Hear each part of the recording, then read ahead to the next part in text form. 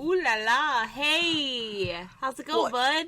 What if we just stared at each other silently, like some sort of face-off? I think neither one of us would relent and be the first one to say something.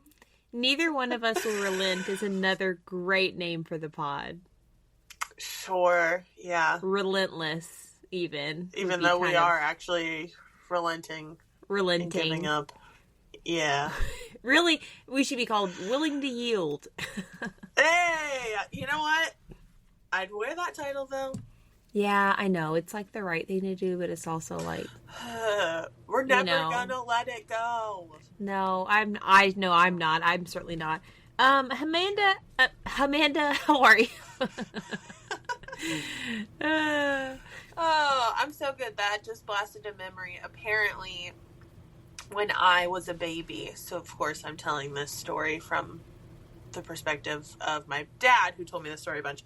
There was a girl in our church congregation who couldn't or wouldn't say Amanda, but she would say Commanda. Oh, okay, great. So, yeah. So he likes to just call me that sometimes. I love that. Commanda, Hamanda. Mm-hmm. Well, I mean, I too have a name that begins with an A, or, with a vowel, and so when someone does say your name, it's like you want to add in a consonant in there because it's like fun. So like Amy, Lamey, that was a thing for a bit, which is tough. Sure. I don't like that, but it's when the only thing, like, nothing rhymed with Amy too, so like any kind of nickname they try to throw on would be like really difficult. Listeners, we're going to talk about social media today. We're going to get into it, but I've had a weird week maybe since I've seen you last. Okay, but the week just started, but okay. The week just started, but yeah, more like the tail end of last week. I was all out of whack. So I told Amanda, I was like, hey, I have I don't know, kind of like a growth moment thing that I wanted to share, which I thought was good. Because we should be growing, I suppose. But, yeah. But, yeah, last week at school, I encountered a couple, and I've had instances with parents before, like parent interactions that are difficult. I've had a spell of that before in my 10 years of teaching experience. But year 11 here, new place, just this last week, right after you and I spoke and recorded, I had a few different things that just sent me on a bit of a, not downward spiral, but kind of just like overthinking and like stress. And my little brother Sean tried to like FaceTime one night, and I was like, I don't want to see anyone. Like, I just wanted to just escape. Oh, no. It was just like, I don't want to interact with the world right now. I don't ever want to be like complaining about students or families or parents or things that could ever possibly get back to somebody that would make them feel like weird about it, you know what I mean, or if that would be inappropriate at all. So I feel like I have to be super careful with that. Also, I take teaching super seriously as far as like all that kind of stuff, so you don't just rattle off obviously student names, obviously, but just situations where you're like, yeah, you didn't say the student name, but we all know exactly who you're talking about. Right, yes, you're like, oh yeah, so and so. Yeah, and so I feel like that's not a good look, professionally or even like morally. I don't feel great about that. But anyway, so last week I had this situation where a parent reached out via email and copied my boss on it. Ooh. Instead of instead of going to me directly, and was just like, hey, this happened with my child today, this interaction that the parent did not like. It was just like really uncomfortable. It was sent after hours, after the school day and stuff. So then I knew not to respond then to the parent because it's like, this is outside of school hours and things like that. I needed to pray about it. Clearly, I needed to pause on it. But it really sent me into a bit of a spiral because it felt like, hey, you think I'm a bad teacher, more of a bad person. It felt like it was more of not an attack on my character, but kind of just hey, this interaction did not go okay. It is unacceptable for you to talk to my student in this way. So it was really stressful. The whole night I felt very off. Like I said, little brother Sean reached out and was like, no. And I was like, nope, I can't talk to anyone. I felt weird about it, but I prayed about it and I was like, all right, I need to be like humble in this moment and like think of anything that I could have done differently, better. I actually ended up watching, this kind of dark, but I ended up watching this John Candy documentary. It's on Amazon Prime. So I watched this and like, you know, so I'm just feeling I'm just crying pretty hard because, you know, obviously he died like pretty young and I really liked him as like an actor, comedian, so. Anyway, so I'm just feeling like deep feelings. The next day, principal comes in and is like, hey, I saw this. What's going on? I said, hey. And I'd sent her a kind of context email thing. Yeah. Like, hey, here's what you need to know before we respond to this parent. But basically, everything wasn't crazy. It was fine. But after watching the documentary and after different things, I don't know. I tried to boil down the parent complaint down to like its core humanity issue, and it seemed like at the core their child felt like disrespected and like what it feels like to be like real or imagined, like when someone shuts you down or they feel belittled. Like that's what he remembers about the experience. Is that what happened? No, but that's like what, you know, we don't pick all of the things that we remember. We don't remember all the little details. We remember how we feel about the situation. That's like how we felt. Right. And so although the parent was out of line in many ways for going over my head and different things to kind of, and bringing up some like legal kind of stuff, which did not pertain to this situation. So it just was the kind of flex. There was multiple things wrong on her end, I felt. Didn't believe me or think to ask me what happened at all. Also very strange that you didn't consider any of that. But, I don't know, that was in my head. So then, I ended up calling the parent. We ended up talking for 11 minutes on the phone, which I feel like is a long time. And I opened with like, hey, introduce myself who I was. So I'm new to the school, so I'm also trying to I was like, it sounds like the core of what your child was experiencing was like, they just felt disrespected and belittled. And that's unacceptable. Like, that's not okay for anybody to feel that way. And I just want to open with an apology. Like, I'm so sorry that they felt that way. Because that's not the way that my class is supposed to go. That's not the way that, you know, anything should feel. And then she just seemed to be, like, so chill and disarmed after that. She was so like, sweet. Wow, thank you so much. And then we just had the most lovely chat, like lifting each other up for like 11 minutes straight of just like hearing one another. Like I got better context on the child and what they're dealing with and just a few different things of like how the situation might have got more escalated than it needed to get. All this stuff ended up being fine.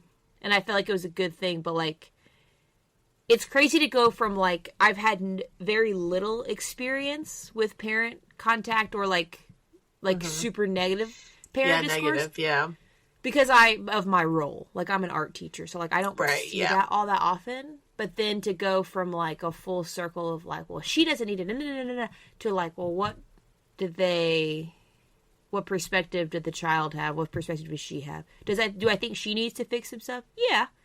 But I was none of that's going to be changed whatsoever by me A, saying anything, or B, you know what I mean? Like, pointing anything out, No, so anyway, I don't know if that was at all interesting, but I just more wanted to tell my friend that. It was just kind of a crazy. Ultimately. Yes, speaking of relenting. I don't know. That's so hard. It is, but it felt so good. And she was, again, so open to, like, talk after that. So it was just like, hey, person to person, like, this is where we're at now. So who knows what her conversation was like later with admin, because I think administration did call her, but...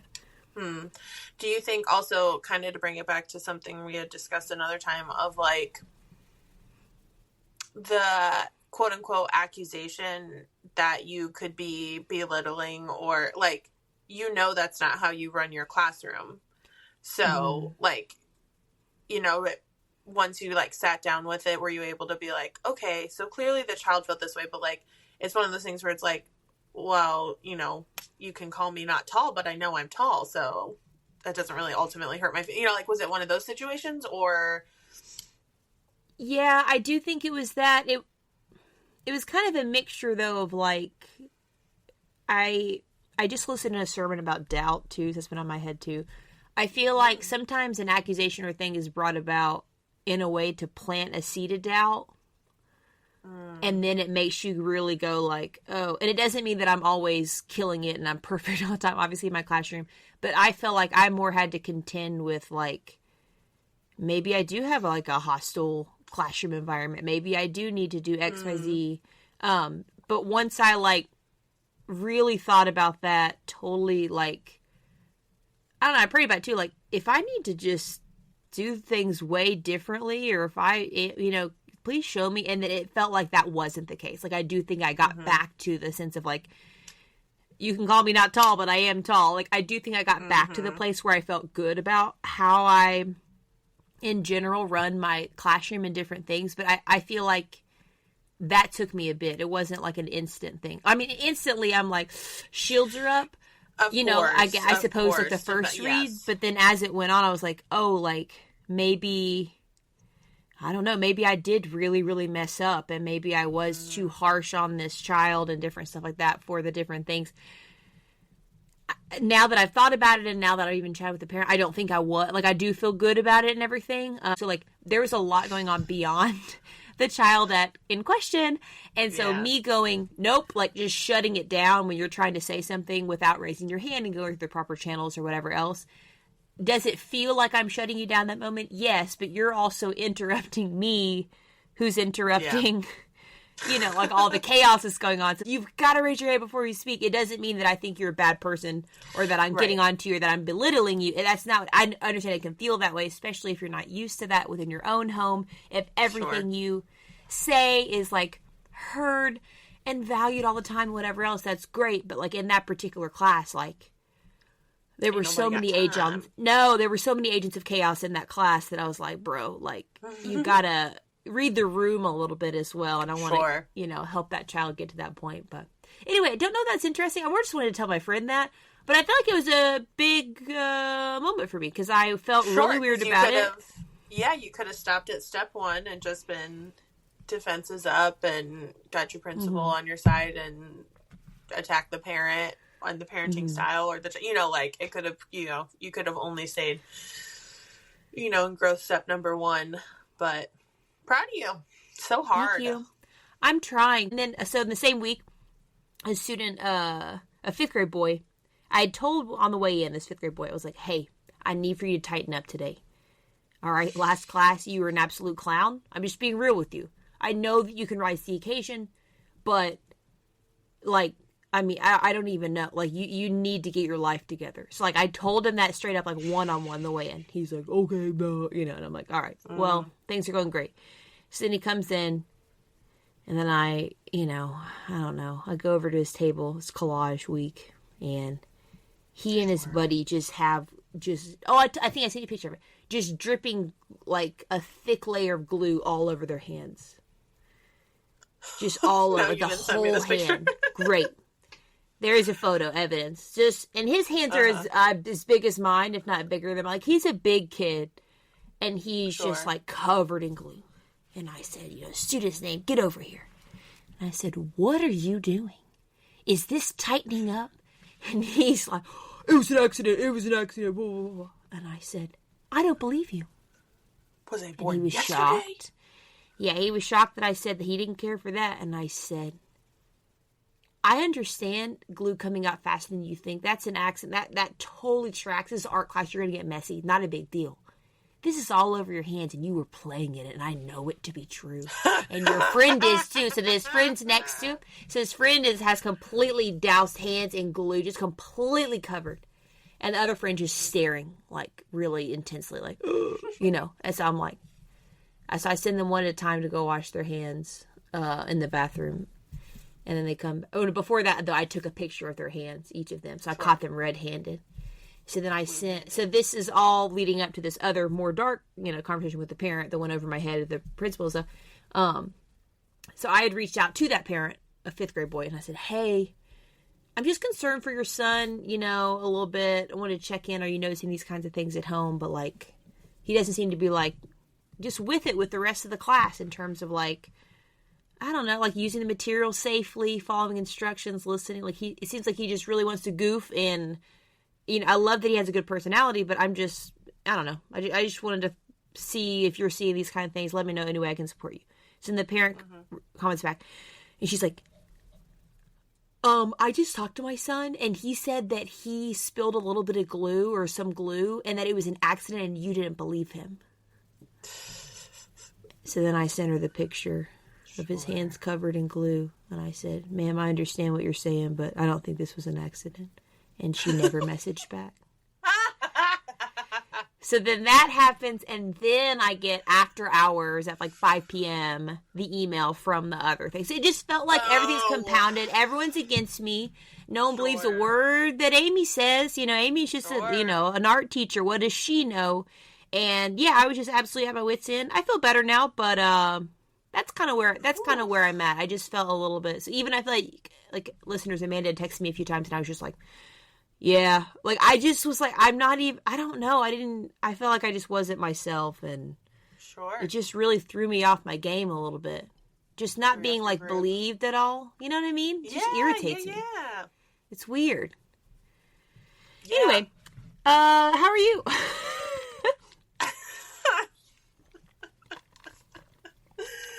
I didn't have anything too dramatic. Our bathroom is still in shambles. Okay, great. Actually, no, that's not true. First of all, welcome to I'm Not Mad About It. I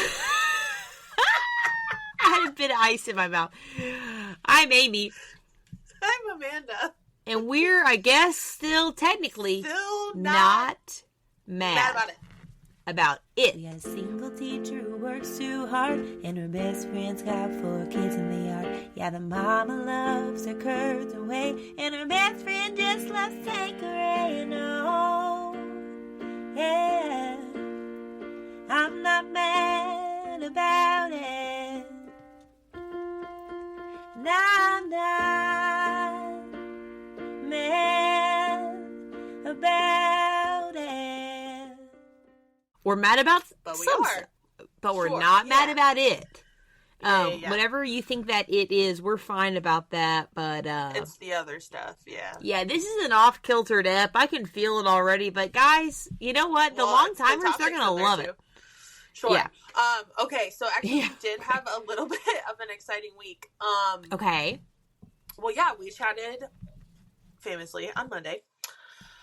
Tuesday morning, I am up. I got my Bible study in, and I was getting the rest of the morning routine up and ready, and my husband Sean was out in the woods hunting, and I hear a loud kaboom. It was so loud, and he shot his very first deer. Like, literally right in our backyard, like right by the trampoline where my children jump. He shot a deer by the trampoline? I mean, it was a little bit behind, but, like, literally he was not deep in our woods. Because we live on 4 acres. Humble brag. Okay. Just kidding. But of that, probably 2.5 is trees. And then the rest is, like, grass in our house and stuff. So he was just right on the edge of the woods. And then, sure enough, I see him pop up. And I'm like, oh! Like, I'm watching all of this from my kitchen window. Which was just such an interesting experience. Because, lots of husband Seans all over the world go hunting. Sure. But not many wives get to just, like, watch their husband Seans hunt. So it just was, like, an interesting thing where I'm like, oh! There he is. I saw his little hat. And then, oh, there he goes. He's tracing about across the yard. And sure enough, came in and had killed his very first deer. And, I'm so impressed with him because neither one of us grew up with hunting on any level whatsoever. Okay. Yeah. And not only did he do that, but then he butchered it. Again, 0 experience. Like, we did not take it somewhere for somebody else to do that. Like, he did all of that. So then, fast forward, it was like, oh, we need a cooler, we need ice, all this stuff. And Sunday, just yesterday, we processed all the meat and like cut it up and cut the fat and all the stuff. So that took like a solid 3 or more hours of our day. Mm-hmm. But just so impressed by my husband Sean. And now our freezer has some meat in it, which is cool. And my kids were totally like not weirded out by it. And we had a pot roast on Friday. And they were like, "Is this the deer Dad shot?" I'm like, "Yep." And they loved it. I thought they were going to be like weird, and us was going to be a nightmare where I'm having to like disguise. Yeah. No, they loved it. So yeah, that kind of overtook our week a little bit, but it was very exciting. And again, just so impressed with him because he literally just watched videos and listened to podcasts and taught himself to do this. I just don't have that. I know I don't have that wherewithal. Kill instinct. Oh, sure. Yeah, the instinct for blood. Yeah, and slaughter. I don't really have that. Sure. Yeah. But also just the like, I don't know, I've never taken apart a bathroom, I've never tiled a shower, but I'm gonna do it and I can do it. That's just like he walks through life with that mentality of like, well, if somebody else can do it, I can do it. And I just But okay. I don't mean this to like openly disagree with my co-host, but sure, don't you also have at least aspects of that when you're like, what is this? I could just make that. Yeah, in like a safety realm, I guess in the kitchen. But even that, like and again, some people are so afraid of the kitchen. That's true. And every time I do learn something new, then I'm like, oh, that was cool and exhilarating, and now I can do that thing. But yeah, I guess I have to push myself or think about it like 1,000 times before. Because he was like, oh, well, why don't you next time help me? Literally. Like, exactly. And he was like, next time you can help me like butcher it. And I was like, I don't. Be a no. I think asking me to help you process and cut all the fat and like slimy stuff off was a real big move for me, and I'm gonna need to do that about 6 or 7 times and also not be grossed out because I was nervous that in my brain I was gonna be grossed out with whatever dinner I made, just because there's like that, I don't know, your brain can get grossed out ahead of time and then you can't power through. So I was like nervous, which thankfully that didn't happen, but I was like, we're gonna need to do this a bunch more before I'm ready to move on to the next step outside, where he's just like, well, no, this is what you do. Yeah. I mean, I famously, don't know where stuff comes from. I mean, I do know where stuff comes from in the sense of, like, I understand God's law. Like, I understand, like, clean and unclean meats in that sense of, like, what I can and can't eat. But, like, actually taking it from, like, alive to dead to processed is not something I have encountered. Little brother Sean has. Okay. And little brother Sean is quite similar in that way, especially because, he only moved 3 hours away, but we're still like, you move so far from seeing his wife and their little ones. I know.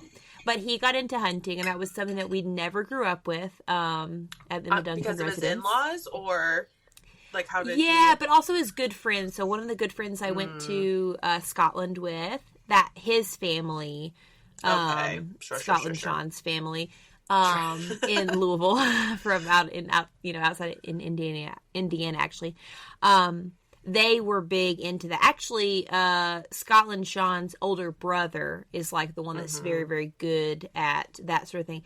And I learned a lot too, even through little brother Sean. Like, I mean, just conceptually, like, I guess I didn't think it was wrong to have like a gun or anything, but like, even the idea of hunting in general, because I have no background in it, I just never thought about it one way or another in general. But then the way that his really good friend that's in Louisville described and taught little brother Sean how to hunt and like really respect the animal in a way, and like all the things that you do and all the safety and delicacy and like really love that's put into that whole process, I was like kind of shocked about it, because I was like, oh, in my head it was like this masculine, like, hey, look what I just killed, blah, blah, blah. But I know, like the picture, the like you pose with the, Yeah, but all the guys that I know super well that actually do hunt are not that way in the least. They might take a picture or something, but like for the most part, it's very like, how can I cause the least amount of like harm and discomfort for this animal? And then how can I use this God-given like thing to best support like my family and to use every part of this animal? It's super interesting. And again, it's just a world I know nothing about, but again, little brother Sean has like gotten really into it. And I think it's kind of it's more like more of a beautiful process in general than I would have ever known, you know? Yeah, no, I'm with you on that one. And I think like for us specifically, like it's 100% motivated by like food for our family. Because I had kind of, like, we've talked about it over the years, and, like, there's some guys in our church area who hunt, and I was like, oh, maybe this is the year you could, like, set aside some time and go hunting with them and, like, learn the ropes, and then, you know, but it was just, like, and then this year just, like, specifically commented, like, yeah, it would be super helpful, like, if you could learn how to really hunt, and, like, we could actually fill the freezer a little bit, and literally within 2 weeks, here we are. We have one here in the freezer. So ours is certainly motivated by that. And yeah, like we've got friends who are like, oh, they lease extra land and they do all this extra stuff. And he's like, no, I'm just going to do it in my backyard. And like, this isn't this isn't a sport. This isn't an event. It's like, I'm just trying to, feed my family. So super appreciate that. And yeah, it's so wild. But really like we had this pot roast. I know, right?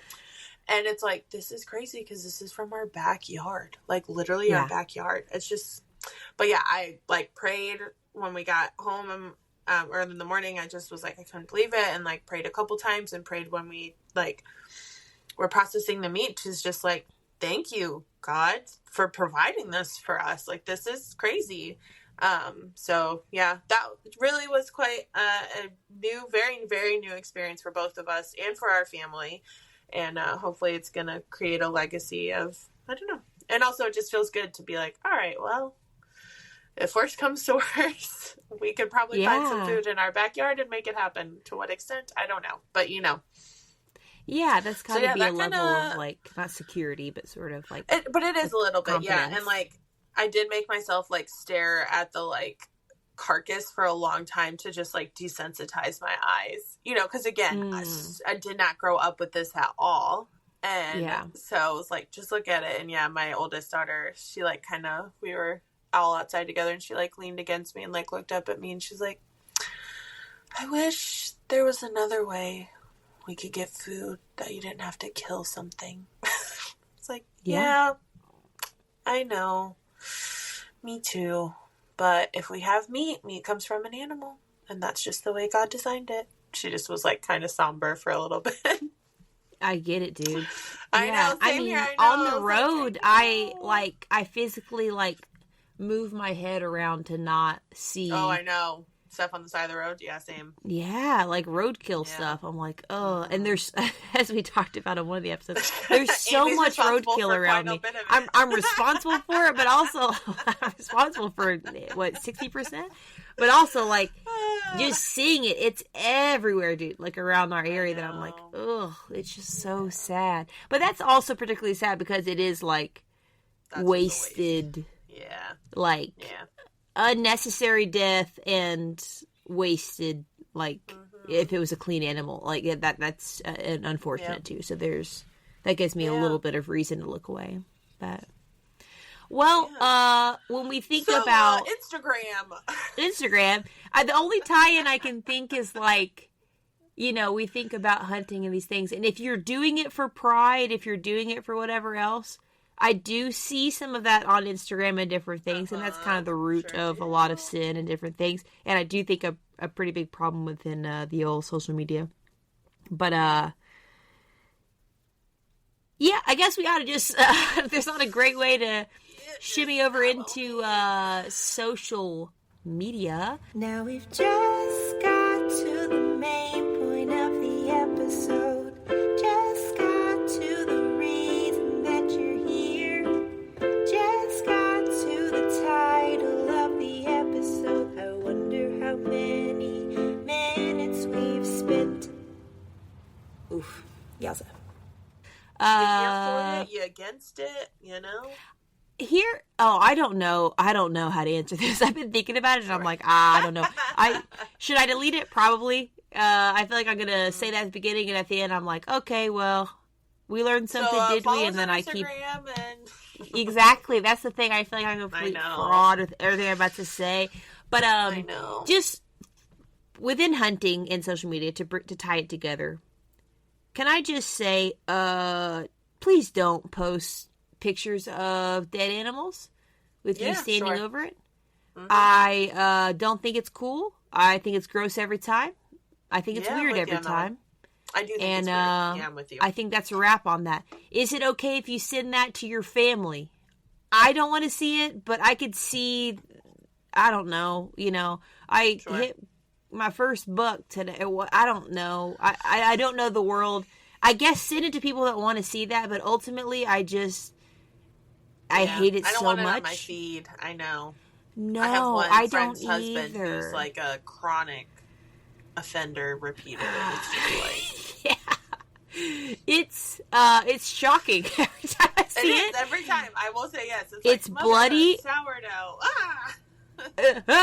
I just don't want to see that. So, anyways, I guess that ties into social media. Amanda, what is your earliest recollection of social media? Either whether you had it or whether someone in your orbit had it. Well, I actually just today tried to see if I could find, and I could not, unfortunately.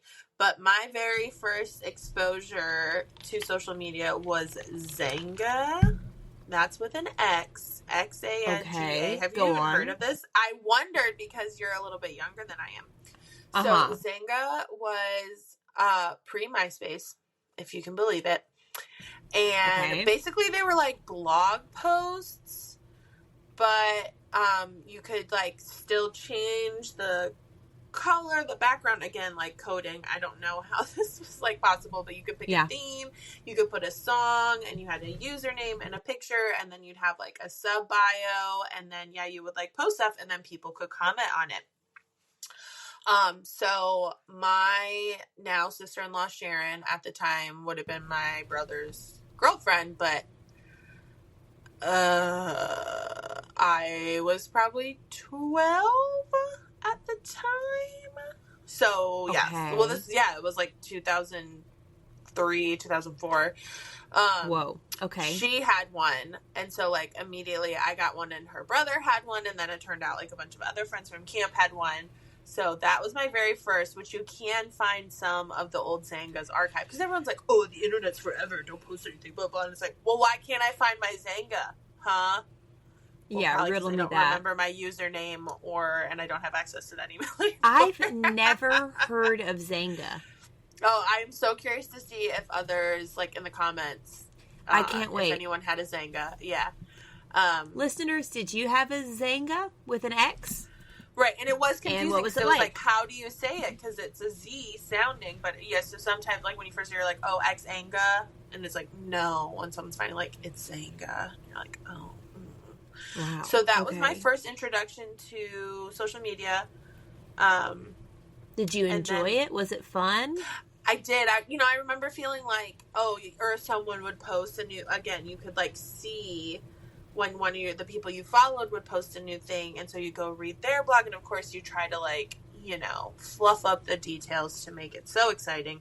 And I so desperately was like, oh, cringe. I wonder what I was writing about, but we'll never know. We'll never know. I sure hope, for your sake, for all of our sakes, that we'll never know. Because there's even old, like, Facebook posts that I have that are still live that I'm like, listeners, if you are friends with me, don't go too far back, because it is, I mean, as the kids say, cringe. The things that I would have said. I did a lot of he. Did you do that? Have we talked about this before? I feel like we have talked about it before, perhaps, but it just H-E-H-E. It was like ha-ha, right, listeners, but it was playful? More flirtatious. Yeah. Yeah, I mean, both words are tough, but playful I prefer, I guess, over the two. But I would have been, 12 or something. Okay, so I didn't have that, but MySpace, I think, was the first, because I didn't have Friendster? Was that something? Heard of it? That's not something that I had. So, yeah. Mm-hmm, but so we had a desktop computer as a family that was in like the dining room, family room kind of thing. Used to be like a playroom, but then kind of morphed into that next to the kitchen. So it was that like everyone had access to this one computer thing, which, you know, listeners, if you're younger, that was a thing. And so it wasn't like, oh, you just had your own individual like thing, you know, like world that you, I mean, you kind of escaped into it or whatever, but like it was just a different time. So I remember one of the girls, my mom babysat for a time or something. I don't know. One of my friends from elementary school and then into middle school. She was over and she was showing me, I think, her MySpace maybe. So like she had it, so she's logging on, and I remember like I don't remember when I made my own because I don't think I was supposed to have one, but I think Mom, if you're listening, I'm so sorry. I think I made one. Sure. But I think I eventually got in trouble for that. Exactly. Sure. I'm like, well, you know, Facebook, that's a thing for college students. I need that now. Mm-hmm. I'm 12, you know, or whatever. So I feel like, but I think I eventually got in trouble for that is my very limited broken memory. I don't have a ton of memory about that time. But what I do remember was, again, my friend coming over, we'll call her middle school Sharon, so then she shows me. And I remember the first thing she did, which I think will get us in a nice launching point into social media. The first thing she did was she looked up this girl that she knew that went to another school, her profile, and she just stared at the screen, pixelated screen, and she was like, she is so photogenic. A, I'd never heard that word before.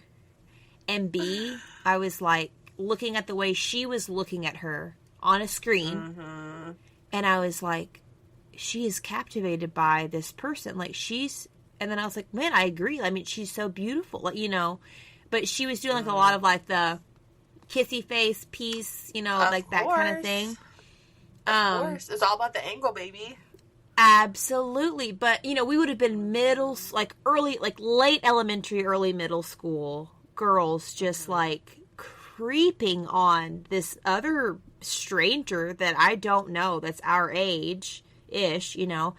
And anyway, I just thought that was an interesting like first memory with that kind of stuff because it took me a while, I think, to actually like create my own blah, blah, you know, account and stuff. Because, it was basically coding. Like, you had to go in and like really type in some, not algorithms, but like you had to go into some like couldn't tell you how true coding material. Yeah. I know. Well, back then we were tenacious. Yes, absolutely. We went in and in the code we like copied and pasted and figured out how to do all the stuff. Yes. I had one background on MySpace that was seizure inducing. It was like bright, like an insane background because you would like copy and paste this huge thing. Yes, you would just scroll, or not even scroll. It wasn't even scrolling at the time, but yeah, whatever it was, where you would like look up like free MySpace themes or whatever, and then you just scroll and you're like, no. Oh, and they're like, ooh, this one's like checkered and it has like a little like beautiful star back to it, and you're like, I gotta have it. I have to have it. Yeah. Okay, so then at a certain point, MySpace had a top 10, a top 5. Do you remember that? Top 8. Or was that Facebook? Top 8, baby. Okay, top 8, great. Top 8. So that was a thing for a time as well. Mm-hmm. Oh, yeah. So that was really nerve-wracking. It was. I very specifically remember Sean.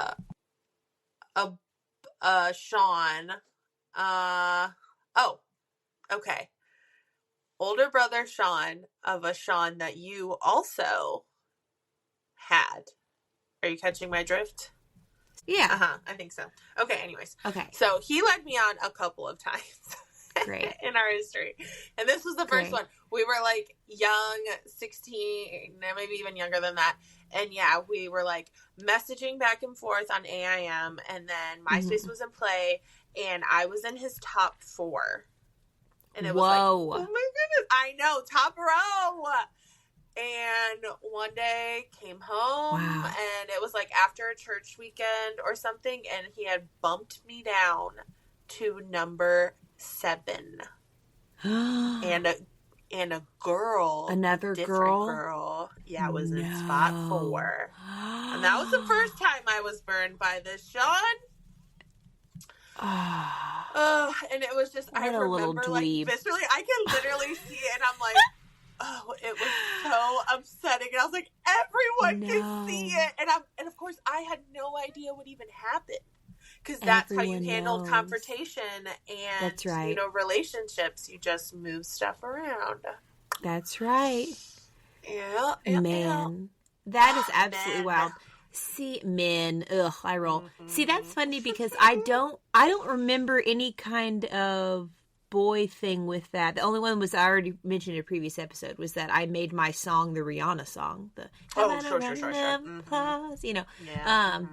That's the only one I can think of, but other people's top, I don't remember. I don't have a visceral memory of that. So I love that you have that. It's really funny, but that was my news. Was like checking out other people's top 8. How did they change? You know, and you're like, I do. You know, I do think that it should be stated that the church at the time had its own social media situation called YACOG. YACOG. Yeah. YACOG. That's how I said it. And I sincerely hope it's not active to where you could see my profile picture. But I remember I was like 14. I was really too young to be on it. Yes, because it was really but for it would like ask young adults. Yeah, 100%. Because I was like a middle schooler, like, and just creeping on all the older boys. I was like, I will be looking at what they are up to. I don't remember exactly what Sean this was, but like older, church guy friend.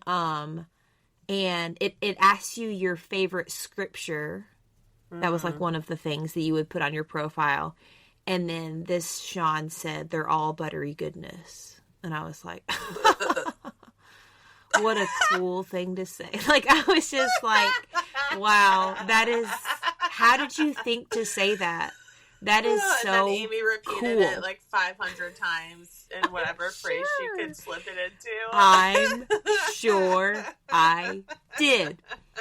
But the profile picture I remember that I'm thinking of was Big Brother Sean. He dated a girl from who knows where that he met at camp. She went to his prom. I did her hair. Me and Amber, famous sister of the podcast, sister of the pod. We did her hair for older brother Sean's prom, and we burned her head. Like we had it on. We had the curler on too long. We were like, we're so sorry. Anyway, she had a hand-me-down prom dress that she had given me, bright pink, not a super flattering cut, but I wore it. And again, I think I was 14, and I was like, Mom and Dad had built this like arbor swing in our front yard. So it's like me smiling, probably with my like very straight cross bangs, I'm guessing. Sure. And then super curled, like way too tight curled, of course, hair in this prom dress. Yeah, and that was my picture for YACOG. Anyway, listeners, please don't look it up, just in case it's out there, because it's too tough to face. Sure. But sure. I guess that was, so at the time, like early on, I guess every industry, church, we're all trying to figure out what social media is. So we're offering up our version of it, like, hey, here's this version of this, here's this version of this. But really, it was a good idea. It just was not the right platform. I don't know. But again, we didn't even know what platform. We didn't even have those words. No. And I think things like trolling and comments and all that kind of stuff, even within the church split, actually, now that I think about it, in 2010, because there were different blogs that were created I feel like in the 20, but that was gossip, right? We were all on Facebook by that point, because I literally just saw today, as I was on Facebook, like, oh, so-and-so and so-and-so, they've been friends for 17 years on Facebook. Wow. Okay. I was like, what? And this is a woman my age with, like, one of our, like, minister wives. So it's like, again, like, how has Facebook been around that long? But I'm like, okay. because I was on it in high school, and I remember, like, I mean, like, I think I got it my freshman year of high school, because I have a very vivid memory of my first profile picture on Facebook is a selfie I took in my bathroom right after I got my braces. And I got my braces the last day of school, my freshman year of high school. So, yeah, that would have been 2006. So, yeah. Okay. 19 years ago. What? Man, okay. That's crazy. So, yeah, so Facebook had certainly crazy. been around by that point. And it is crazy because I remember being like, isn't that a thing for, like, college? I was like, oh, no, now it's, like, everybody. And you were like, but MySpace. So then it was like, you created a Facebook because you had to, but MySpace was your domain. And then at some point in the middle of high school, MySpace died. Everyone That's a just great decided, point. you know, and, like, I don't know how it happened. Yeah. I don't either. I don't even. You know, you would post on both. Of course. You would post, you know, and then at some point it was like, like, we're just not using it anymore. I know. Yeah. And then at what point did Instagram become the next big thing? Because I feel like people are trying to make threads happen. And I'm like, I don't know what that is. I don't want that. You know what I mean? No. And then TikTok obviously is enormous. I guess TikTok is, I think it's fair to say it's much bigger than Instagram. I just still want no part of it because I already know how damaged I am from Instagram. Do you know what I mean? Same. Nothing against Instagram as a tool or whatever, but I just, I will say that's my initial reaction to everything is like, no, don't like that. That's how I felt about skinny jeans for a really long time. Sure. And then after they'd been, again, exposure, after I'd stared at the dead carcass of skinny jeans for a couple years. No. I put them on and I loved them. It desensitized you. It does. And then I actually saw a thing, which once again, it's like, I don't know if you call it a reel because it wasn't a video, but it wasn't a meme either, but whatever, infographic. And it was like, whatever pants you're most uncomfortable in, that's what's in style. And as soon as you get comfortable in those pants, they're out of style. And it was like, that's so true. So true. So again, just at the feast this year, I went and bought jeans and I tried on the like wide leg pipe dream, whatever you call them. I was like, no, I didn't get skinny jeans, but I got, you know, like straight leg. And that was as much as I could muster. And by the time I'm ready to try the pipe, whatever pants, they're going to be out of style. And that's just it's the story of my life. Which that's why when we have our seamstress friend Sydney on, we talk about fashion, I do want to ask her about some of these different things because there are different like cuts of fabric for a seamstress that you would know like this is truly a timeless blah blah blah. So I would much rather like us figure out what our bodies are, figuring out that we're okay with that, and then figuring out how to best serve that body type, shape, all the things, and then that's the style that you go for. Not that you can't ever branch out from that, but versus this like relentless, I need to keep up with trends. But that definitely brings us back to social media. So like, apparently Hassan Minaj, you know who that is, the comedian. Sure. He was on The Daily Show for a time. I saw him live once in Nashville. I'm like, I know the name sounds familiar, probably because I heard you say something about it. Oh, okay. He had a Netflix show called The Patriot Act for a time. I don't know. It was like years ago. He's very like left leaning in his like political affiliations and different things. But he had this episode of his TV show that was on Netflix a long time ago called like Fast Fashion. So it was all about that. And it talked about how the rise of like social media and like specifically at the time Instagram, as that rose, your ability to be like seen in the same outfit twice, at least pictured, like really grew. So you didn't want to be like wearing things again because then all of a sudden you're more photographed than you ever were in like history. Because before, like if you got a photo of yourself, it was for like an event and you like, you know, my prom dress, you know, from Yacog. Of course. My beautiful photo shoot outside with mom. So then, like, you knew and you tailored your outfit for that thing. But then now that pictures of you are going out there all the time, you can't possibly be seen in the same thing again and again and again, or you will be viewed as question mark. You know, it's whatever, like, Sure. you fill in the blank, I guess. Yeah. But, Interesting. and then apparently that was, like, a super rise. And I thought that was really interesting. But it makes sense that would be, like, a rise of, like, all the fast fashion stuff. So I need to buy things on Amazon or Zara or now Shane, whatever it's called. Shein. All of these, Shein. All of these different platforms that are, like, selling really low quality, very, like, made very, very quickly designs, but you're only going to wear it, like, once or try, or, like, basically Right, enough it's to gonna get fall apart, photographed yeah. in. And then you're not... Anyways, I think all of that is kind of interesting, at least to me. But I think I found that, too, where it's like, I don't know, I was photographed so much and posted so much for a time that, those things, I'm like, oh, I don't know. And I remember this is, like, not this person's fault whatsoever, but I remember a comment from, like, a real person interaction, but a church friend, girl, mentioned, I'd worn this, and I loved this. There's one particular dress that I loved, and I knew my parents had spent, like, some money on it. Like, I knew how much it cost, and it was just like, this is a big deal dress. I think I got it for, like, Last Great Day or Feast of Tabernacles or something like that. Like, it was for a specific thing, and I'd worn it a few times because I loved this dress. And I remember, like, someone, and she said something nice about it. It wasn't even anything malicious, but she was like, I love that dress every time you wear it. And at that time, as a young, you know, dumb, whatever, I was just like, every time I wear it, like, it's so, and I think It's I so wore it only a noticeable. couple times after that. Isn't that insane? I haven't thought about that in a really long time until it just popped in my head. But it's stuff like that that's like, man, okay, it is like a pride thing and to be seen thing, right? I mean, at its core, Well, I mean, what absolutely. is, you know And what I the mean? whole Like, what does that tell you? I mean, the whole being photographed thing, like, that, I mean, I remember, the era of the digital camera, which I see it's coming back, and I like that. I think that's cool. But you had to learn how to take photos in the mirror.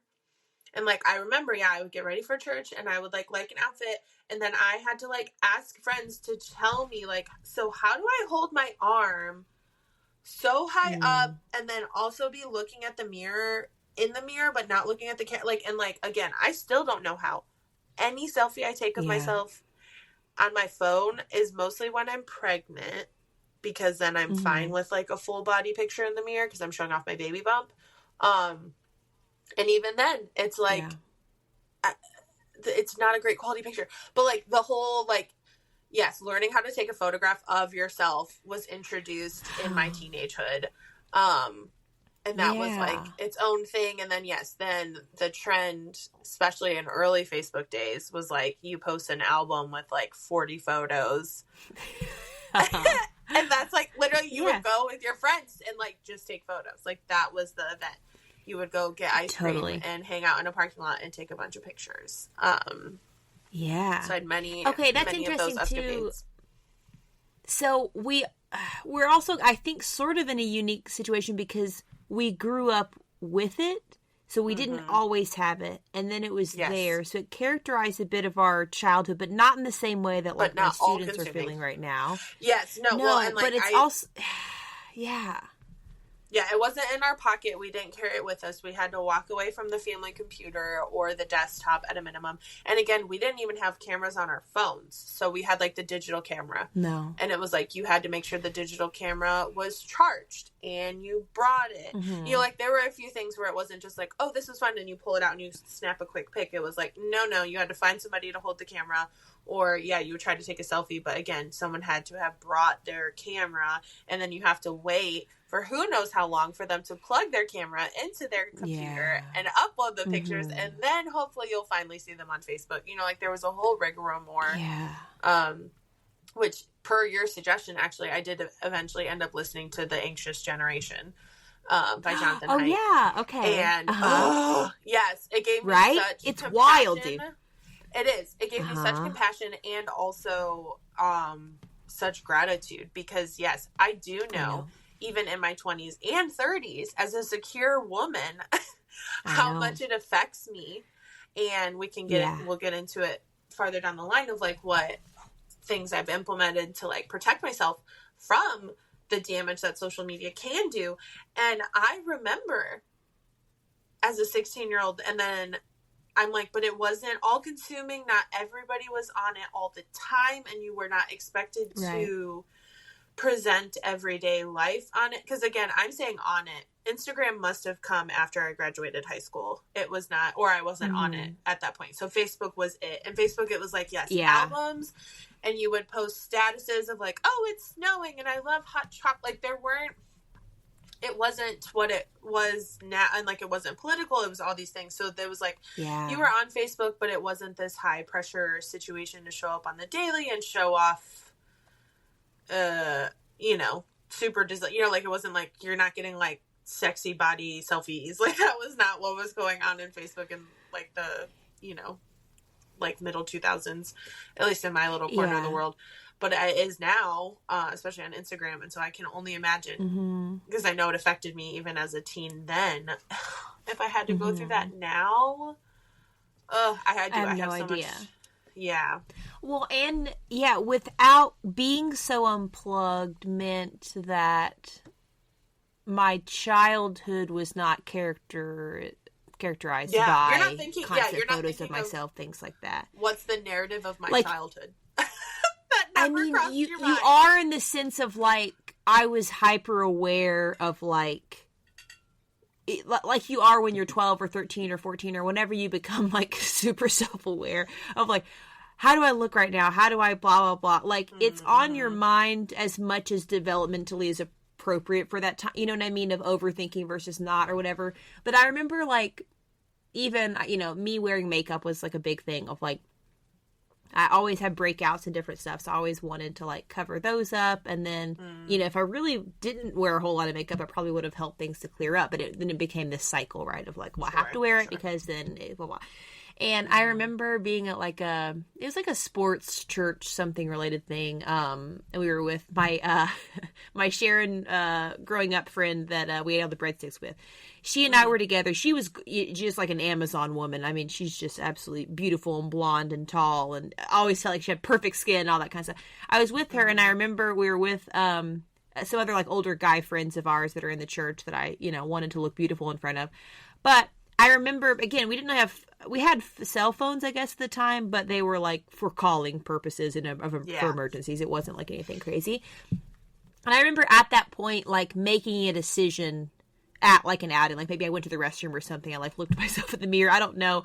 But I was just like, I've been sweating a ton. I don't look like super cute, but you know what? I'm just going to have fun and I'm just going to not think about it. Like, I remember like making that decision and then just going for it. But again, it was at a time when unless somebody pulled out their digital camera, all that's going to be remembered, kind of back to my student story earlier, is like the feeling that you had from that day, or like some of that, maybe like if we laughed super hard, that might like, turn into a long memory, that kind of thing. But it was so much fun. Like we were just laughing and goofing so hard. And it was just like, once you are present enough to stop caring what you look like, I think that you end up having a better time and you end up like doing all those things. And I know how hard that was for me as a prideful, 14-year-old. But then to your point, had we introduced all that stuff, like social media and like the whole society, like you would have had to battle against a social paradigm at that point. If you looked at yourself in the mirror and said, you know what, I don't care. Yeah, you literally would have had a whole army to fight against, because if that one picture that somebody took on, like that could have, like in your little teenage mind, it's just so different back then. So I'm so grateful we didn't have to mess with that. And I do remember, and I touched on like, I never really liked my body, and my best friend Sharon in the church is still stunning. And however, the one leg up I had was she had really bad acne and I did not. Okay. So she always had to wear makeup and I would never. And then that was always the move, is you would not wear makeup like a whole week at camp, and then you would put it on Saturday and be like, boom, see, no, I do look normal. And I remember, my one move of like my security blanket was I would have, because I had super long hair also all through until like, I don't know, after I got married. I had to have a giant messy bun at the top, which again, I was not unique in this scenario either, because that was very like the 2000s fan bun, but literally like the tippity top of my hair, like the more wild and crazy and floppy and boppy my messy bun, then yes, I felt good in pictures. I felt like, because it was like kind of goofy, but it was that thing of like, oh, well, don't look at my body, look over here sort of thing. And like, oh, she's so confident, look, because she's like crazy hair. And I was like, that just was my move. And it was like, I could not wear my hair in a ponytail because I was convinced, truly, if anyone from my teenage years, Camp Heritage, if it sticks out in your memory, please comment, because I used to say that I cannot have my hair in a ponytail because I will look like I'm bald. You will look straight down on me and not know I have any hair. And I was like convinced to the nth degree that was the case. Man, that's a great point. Even the ponytail point there. Right? I think that's such a good point, because once photographing became a thing and it was just all the time, I'm like, I'm not going to have a regular ponytail. No. Yeah, because if it's straight on, I'm like, I look like a boy. Like, I look like I don't have any hair. It's all slicked back. Whereas now, you have, like, you know, there's actually, like, it looks kind of like mascara, but it's, like, clear, where you can, like, brush on, like, pat it down. You know what I'm talking about? Yes. Yeah, and now, but it's like, oh, I have a part, and it's cute, and it all feels very kept and very specific. But before, it's just straight back. Straight. So it just didn't that's when the look cool. Way too much into fashion. But that's when those headbands we'll get to it. The elastic, giant, like, hair tie one, you know, that just served no purpose but to put a crease in your hair and give you a headache. 100%. But you had to wear one. But Amber wore that at basketball because she was like an absolute baller. She still is. Sure. And so she had that, which meant I had to have that. I had that exact little elastic headband that you're talking about, the really skinny. Like a pack of 8 from Walmart. Yeah. Mm-hmm. Yep. Mm-hmm. I had that when I was describing the story of I'm just going to decide that I'm going to have a good time. Of course. And I'm just going to not care. It was that hair. It was straight back, like completely all out of my face. And like no makeup, or makeup was completely gone. In front of your ears, the two pieces you'd pull out in front of your ears. I, to this day, always have them. I would, know. And it's I so mean this truthfully, listeners. I would never just allow my full face to shine. Yeah, no, same, I have two in front of my ear, little pieces that I pull out. Mm-hmm. Again, even if I'm doing the swooshy back thing. Question mark? No, it's always like baby hair. I know. I can't. Yeah. I don't pretend to understand them, but they 100%. They're meant to be out. Yeah. Because they never grow. They're always there. Mm-hmm. Yeah. No, cannot. Well, my students do a thing with like the baby hairs. Do you know what I'm talking about? Specifically like my like Hispanic students, but like like Hispanic or Black, they will do like a little curly thing. Mm-hmm. Do they look cool? Yeah, they do. Of course. Every time I'm like, whoa, and it looks like they have like Vaseline or something. Like they will have like, you know, like it's all like completely. Anyways, it's kind of interesting. So it's interesting the new trends and stuff, but. Anyway, that's really funny. Okay, but the invention of, social media and pictures all the time, it does relate to fashion because of that. Yeah, like the ponytail thing just can't fly anymore because if you're going to be photographed, I now need to have like a photograph ready, like, you know, appealing from all sides updo, which is a completely different way of styling or doing your hair. Yeah, because of social media in a sense. And for fashion to take off, because, before really being aware of what other people were doing, like, your idea of what fashion was what was at Kohl's, or if you got to walk around the mall, but then, like, all of a sudden, like, the trendy... Or in TVs and movies. Yeah, but even that, I guess that feels, like, unattainable. So it was more like, oh, well, what is so-and-so wearing? You know, like, and then all of a sudden, all of these pictures, and then you're like, oh, it's cool now to have a scarf that does all this stuff, and it's cool now to wear the glasses that don't have any, like, all of a sudden you're like, oh, this is cool now, I have to like this now. Like, got put into the narrative, I guess. Like, trending in a way that was different than if it was in a magazine or something. Because to your point, accessibility was a big thing, too. So, like, you might see in a Vogue magazine in 1972 something really cool and like, wow, that is couture, that's high fashion, that's great. But that didn't mean that it was at your local JCPenney's or whatever. Like, a version of that wasn't even really around. Expected to wear that. You're like expected to become a part of that. I feel like that. Yeah.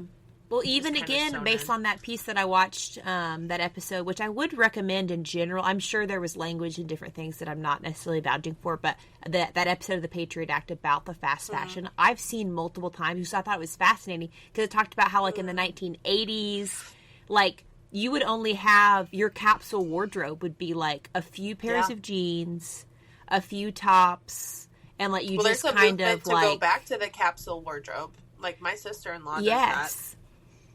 Yeah, just like a few and it's such a big pieces, thing now. And, Even on like the travel blogs and different things that I will look at before I go to a new feast site or something, where I'm like, ooh, I'm going to Ireland, I'm going to Scotland. Like, a lot of the things that I'm following even now is going back to like, okay, what are some different things that you can pair this with? In part because you have a limited space in your suitcase or whatever, but also in part because I do think people are yearning for like a simpler, like, more handmade, or at least quality made, even if they didn't make their clothes themselves, that's fine. But, like, a more quality made, like, okay, I want to pay a little bit more for something that's actually going to last, like we had in the 90s or whatever when we grew up. But yeah, so let's take us to, I guess, a bit more recent within Instagram and different things. Like, what's your, where you...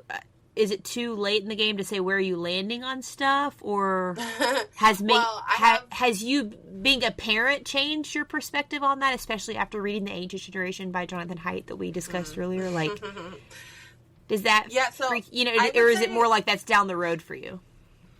I mean, I had already kind of established my views, and now as a parent, it's like, well, yeah, okay, I was right. You know, as I've mentioned multiple times, I have time limiting apps on my social media because you know, it was fine in my 20s, could be on it. It definitely affected me a little bit, and like how I view myself. And then you know, you just find yourself you're on a smartphone, and it's just so easy to just like mindlessly scroll and then enter in kids. And once they become aware and around, and you're like, all of a sudden you're boiling pasta and you're scrolling Instagram because the pasta water is boiling and you can't possibly do something else with your mind. And then your kid comes up and asks you a question, and you're annoyed, and you like are short with them because they interrupted you. Interrupted you for what? Like, this is all personal. Like, I'm like, I need to put my phone down. Yeah. There's zero reason for me to be frustrated at them for asking me a question. I'm just like, you know, so it was just those things where it's like, oh, during the day when my kids are around, like, there's 0% reason for me to be on this. And also, you know, like, we moved to this area 5 years ago. And, you know, moving to a new place is exciting, and it's also difficult because you kind of have to establish new relationships. And I discovered, like, had made some like fast friendships, which can be exciting, but sometimes, you know, they blaze a bright and they burn out fast. But it's so hard to know. So there were a few fast friendships where it was like I was in the in, and then all of a sudden I was not. But the other friends are posting on their stories that they're going to do this, they're going to do that, they're going on a walk, they're doing all this stuff. And I'm like, you're right down the street. Why didn't you include me? And after that happened enough times where my husband's literally like, you got to stop looking at that. I had to, like, it was a moment where I'm like, this thing that I think serves me and brings me joy, i.e. social media on my smartphone, brings me so much more like pain and anxiety and feelings of worthlessness And I'm inviting it in to my house. Like, literally, because it was like, had I not known that so-and-so and so-and-so had gotten together and gone on a walk in the evening, my day was going fine. And I felt fine about myself, and I wasn't wallowing in, like, why don't people like me? Or why am I not included? Or blah, blah, blah, whatever that little negative self-talk does going on. And I'm like, if I just don't know that's going on, then that self-talk doesn't even get ignited. And so it was like realizing that, like, okay, whoa, if this is a quote unquote tool for me, then I need to learn to, like, cultivate it to serve me. So I hid a lot of people's stories because I just realized that, like, it was more hurtful. And so what? I miss out on the quote they posted, or the bathroom renovation they're doing, or whatever. It was better for my brain space to take them out of my line of sight. And it was like, that was the first step where it was like, oh, okay, so this thing that's all good, quote unquote, is actually causing me, like, not good feelings, but I'm in control. Okay. And then, then I had that moment where it kind of, like, snapped at my kid for interrupting me. From what? I was on Instagram for the billionth time that day. Nothing new was coming out. You know, like, it was like, okay, so then I was like, all right, I gotta put this down. And at first I was kind of intentional about, like, oh, I put my phone in the other room or whatever. And then I was like, no, I would still find myself, you cannot imagine how many times you reach for your phone until you actively are not reaching for your phone, or you, like, go to reach for it and you're like, oh, I can't pull up. So anyways, I have had, and maybe we can even share it in the notes, I have an app. It's called Screen Zen. And it's more than just the app limiting on the iPhone, the Apple, because I tried that at first and it's so easy to bypass. So this one is the Screen Zen, and I'm going on 440-day streak of, like, my limited time. And so that's so cool. And I'm really proud of myself for that. Yeah. And do you feel, how do you compare how you're feeling in general versus before, or do you feel like there's a noticeable shift? So much better, because I am so intentional with my time when I get on it. So I will say there have been some, you know, like, there's been some things you miss out on, or things where you're like, oh, so somebody messaged me and I missed it, because basically I get on Instagram after my kids go to bed. So I'm getting on once a day. And so if somebody messages me at, like, 10 a.m., well, I'm not seeing that till 8 p.m. or whatever. And if they needed some sort of, like, pertinent information from me, like, bummer, I missed it. And there's some things, like, I've figured out a hack, like, because there'll be, like, workout reels or something, and I'm like, oh, I want to try that in the gym. And my brain will be like, oh, yeah, I'll watch it twice and I'm going to remember it. No, never. And I forget it and it's gone forever. Yeah. Well, I figured out if you screen record, because I can't just pull up Instagram. Yeah. Because then, with the Screen Zen, you get a 5-minute window. It opens for 5 minutes. And that's what you get. You can't close in and out and, like, accumulate 5 minutes. It's just, like, it's open for those 5 minutes and then it closes out. And you get 5 of those in a day. So if you have to, like, look something up for information and you're, like, talking with someone, you're like, I guess I'm going to sacrifice one of my 5 opens for you, and, like, pull up and, like, open up your social media for that. So, yeah, I figured out, like, screen record on my phone, and then I have the reel in my photos, so then I can watch it 1,000 times in the gym till I get my form right, whatever, stuff like that. So I figured out some things like that, and, like, it is an information tool. So there are some things, you just had to learn how to get around it, or just, you're fine. You're really fine. But I will say it's tricky as a business owner, because before I did this Screen Zen app, I had actually taken my Facebook down to, like, this is embarrassing. I had deleted all of my friends except for 50 friends. Because, again, this was like 2020. Yeah, and it was like Facebook was getting so political and so, like, agitated. So polarizing. And it was very polarizing. And again, my capsule sister-in-law, she was like, oh, yeah. But it was like, I needed it for a marketplace. And I still do, because half of the stuff in our house is from Facebook Marketplace. So she's like, oh, yeah, I just took it down literally to, like, just friends and family. I think I only have 20 friends. So you look like a legit profile, but you can buy stuff on Marketplace. And I was like, that's so smart. So I literally spent forever and cut it down to 50 people. It was basically, like, my core group of friends and the people we had met here in town. Because I was like, well, I do need to create a network. So I was like, if I met somebody in town and they want to become my Facebook friend, like, I had them. And then I started my bakery business. Yeah. And I literally had to slump back and re-request. No. It was, yeah. No, and I had many messages were like, oh, literally. And I had so many messages were like, oh man, I'm so sorry. I don't know how that happened. They're saying that to me. Like, they'll be like, oh, I got your friend request. I'm so sorry. I had no idea what happened. And I'm like, nah, man, it was me. I deleted you. And now I have to, like, re-ask you to be my friend. I thought that maybe you were going to be like, if you're seeing this, you made the cut. Blah, blah. Do you see those posts sometimes? Sure. People do that. It's so strange to me. They're like, if you're seeing this, yeah, like, I just, like, real deal. You know, spring cleaned my friends, and you're a real friend. Like and subscribe, share this, and you'll blah, blah, blah. Sure. And then I'm like, okay. You know what that just brain blasted me? Go ahead. Do you remember the, like, you have to share this 7 times or your grandma will die? Of course, yes. It's very stressful. They talk about that in The Office. Yeah. Because that was of that time. Because they were, like, working age people, and I was a middle schooler. But now I just think it's funny. Yes. There are still things sort of like that exist that are, it's shocking every time I see it, because I'm like, no. Break the cycle. Like, we can't. Oh, guys, yeah, when they're like, no. Oh, Meta's gonna break in and start stealing your information, but if you share this and then change your whatever, you're like, no, it's not. That's not right. Or if you're like, okay, which actually does need to lead us. That does need to lead us, perhaps, to AI just a bit, guys. Well, hold on. I want to hear your. I talked way too long. Oh. No, you didn't. On your relationship, you did great. I was like, don't you ever question yourself. Don't say that about my friend. I don't know what it is. Don't say that about my friend.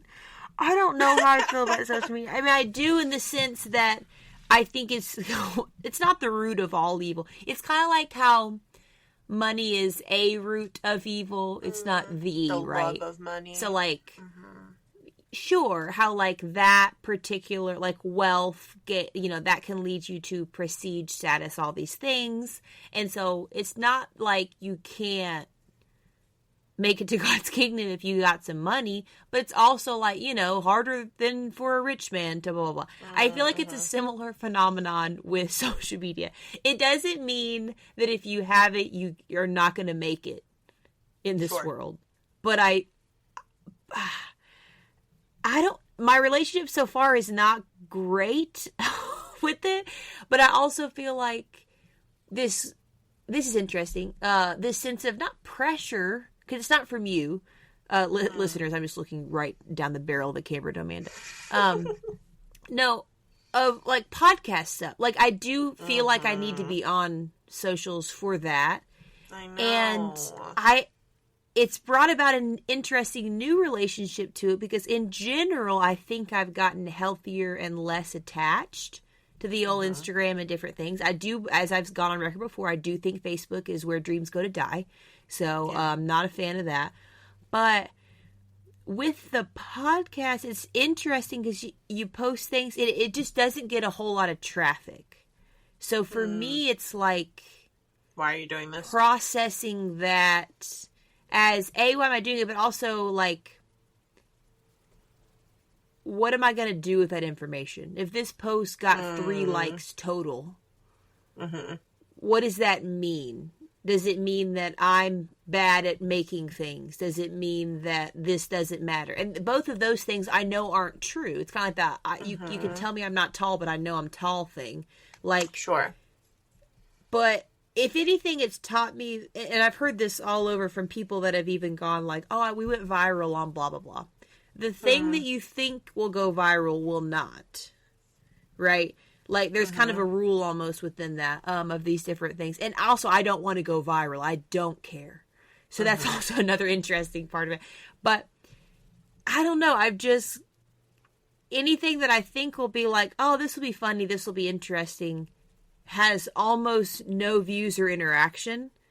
And then things that I think will be like, okay, think it was mildly interesting or I wouldn't have posted it, are like, people come over and talk to me about blah, blah, blah. And I'm like, what? Like in person well, and about. Again, and so to separate it just judges on things that aren't interesting to me, if that makes sense. Sure. And think about it. I mean, I think we both have experienced multiple hand encounters of people coming up to us and saying how much they love the podcast, or they listen, or they should they shared it with someone, and you're like, what? And so like, I mean, I know Shocking. I've had those, I know you've had those too. So it's like, in the real world, that actually matters. Yes. We do have people who listen and who like it and who missed us while we were gone. And like, that's so cool. I know. They were like, we went and checked and they were like, where's the new episode? Yeah. And you're like, but if you get on your social media and you're like, no one likes us, you know, like, it's so easy to fall. Like, you could very quickly fall into that spiral if you're not grounded. Very, very diligent about it. And you can fall. Well, that's the other thing, like, too. And it can be an hour. What? Like, what even happened? How is time? You know? I don't know. And that's the thing. So when I post something, even for the podcast, and I mean, even if I feel like if we did a hard data look on like the things I've posted, I haven't posted a ton to my personal Instagram as nearly as much anymore. You know, in the last year, it's like, oh, you can look down and almost see a year's worth of posts from my own personal account. So obviously with the podcast, you're like, ooh, I want to make sure that I don't know, just also different, like when I am posting, it seems like we get more listens in general, which is interesting. So even though the traffic as far as interaction with those posts is not super high, it feels like we get more listenership on or particular episodes that I post more about and stuff. So I'm like, okay, well, that's something. But it's also like, for us, it's not a business. So it's also kind of funny because it's not our brand. It's not, our brand is the most important thing in the world. What am I saying? No, but I don't know. In general, social media, I don't know. A part of me wishes I could just completely turn it off forever. Although, you know, when I do have a moment truly to myself, when I feel like I've accomplished all that I need to accomplish, I feel good about it. I have Bible study that day. Maybe I've worked out. Maybe I've done all these things. And it's rare that I get all of those things completely checked off, you know, by 8 p.m. or something, right? But then it's like, at that point, do I want to scroll and watch reels that truly make me laugh, like crying, laughing? I know. Is there something physically wrong with that? Morally wrong with that? No. I don't think so. Do you know what I mean? So that's the tricky part of all of it, is that there is some good, or just at a minimum silly, that's mixed in, that's kind of delightful. I mean, there's, you know, we all have kind of our top reels of things. Yes, there's so much like creativity and cleverness and hilarity. Yeah. And I think we've experienced, I mean, the podcast has taken some social media breaks because we've personally needed social media breaks. There have been some really heavy things. That's a great point. Yeah, I don't know if we've Which is what that. sparked this idea or that in the we've first shared place. that. Yeah. Yeah, I mean, you know, when Charlie Kirk was assassinated, we were all exposed to a video of a man being straight up murdered. That's a great point. And that was so disheartening because I just was in stories looking at, literally, this was a mother, a very conservative Christian mother who I'm in a co-op with. And it's like, oh, motherhood, oh, sourdough. And then literally I'm like, like, what? No. And like, it happened so fast. And then it just was horrifying. And then all of your social media for so long is that, and you're trying to escape that. And we both were like, hey, man, we need to take a break. Like, we can't release an episode. I don't want to be on social media. And I'm like, I get it. I don't want to be on it either. And I took 2 weeks off straight up. And it was good. And and then it was like I came back and I got on and I saw someone who I was close with who's been struggling with infertility, and they were pregnant. And it just was like, this is the good part of social media. And so it's so tricky because especially the longer you take breaks, the more highlights you see. So sometimes you just get to see the more good stuff if you take longer breaks. But it is the like, you and I have said some ones that are so downright hilarious. And it's like, humanity is so funny and clever sometimes. And I love it. And then, yeah, there's other times and I where definitely it's so think, not. well, and I definitely think too, you know, different people's algorithms do look a bit differently. I do think it's fair to say, just throwing it out there, we are both women that are talking about this. I know that for some of my guy friends, their algorithm is like way different than ours, and way like husband Sean. I'm like, I mean, it's made to prey on. Yes. Well, but it's also made to prey on like male attention and different things like that. And so even that's like something, a world I don't understand. So I have my own like, you know, emotional, like weird, whatever stuff that I have to deal with just in my own brain and heart and mind. But then different people have completely different associations with it too, which is weird.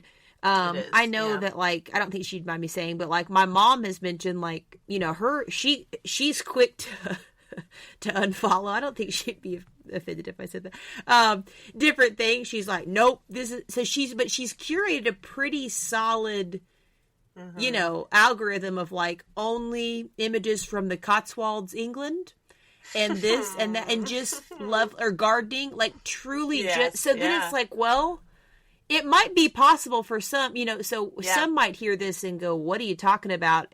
You know, in that sense, I think most that are, especially around our age, are going to have a similar phenomenon with it, I would think. I think so. Younger, I think, it sounds like a lot of the younger generation is more fed up with this kind of stuff than we are. I feel like I hear that a lot, where they're like, I just wish I didn't have this at all, but it's so much a part of their culture and stuff that they're not sure how to go about that. And they're wanting more, because I don't know. Anyway, it that can take us into some different directions of the conversation. But ultimately, how do I feel about it? I don't know. I'd kind of like to be on it even less than I am now, because I do think I'm more creative. I'm more interesting.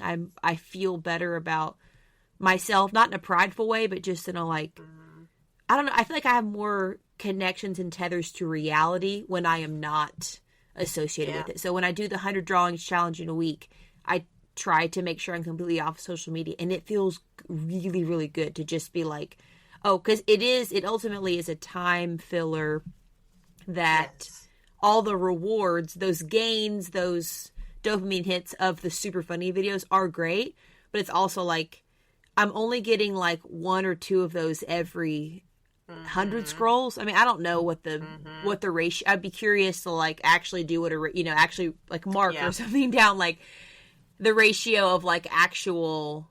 Oh, that was super interesting, or that was really funny, or that was really blah blah blah. Because I feel like I don't know. And right now I'm super into Dancing with the Stars, as you know, it's my entire personality. And so my algorithm right now, oddly enough, is very light and pleasant.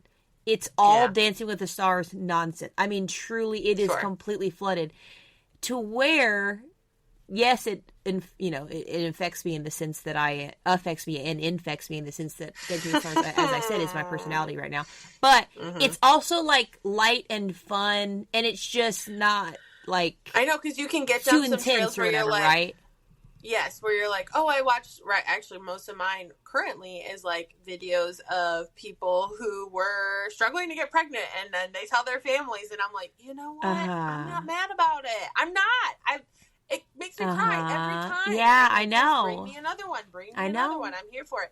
But then it's like you accidentally watch one other one on some conspiracy theory or something for 1 second too long, and you're like, what? No! Ugh! This isn't what I wanted. I know. I'm like, I only lingered to see what they were talking about. I wasn't interested. I know. But yeah, I just recently created an Instagram for my doula business, and I was so back and forth on it, because I'm like, I literally am limiting my time, and I already have a Facebook page for my bakery, which again, so for like a business perspective, it's like, that is how I sell my bread. Is on Facebook, which is a bummer, but that is how you connect with people in your community.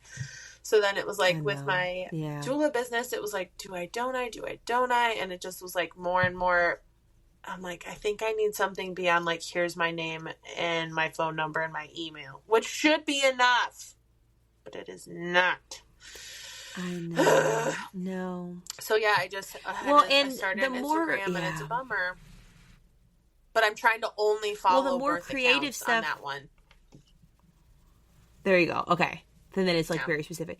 Yeah, the hard part too with like the creative aspect of this too, and it kind of goes into AI, because Pinterest has gotten a lot of flack lately because a lot of their posts are becoming AI generated.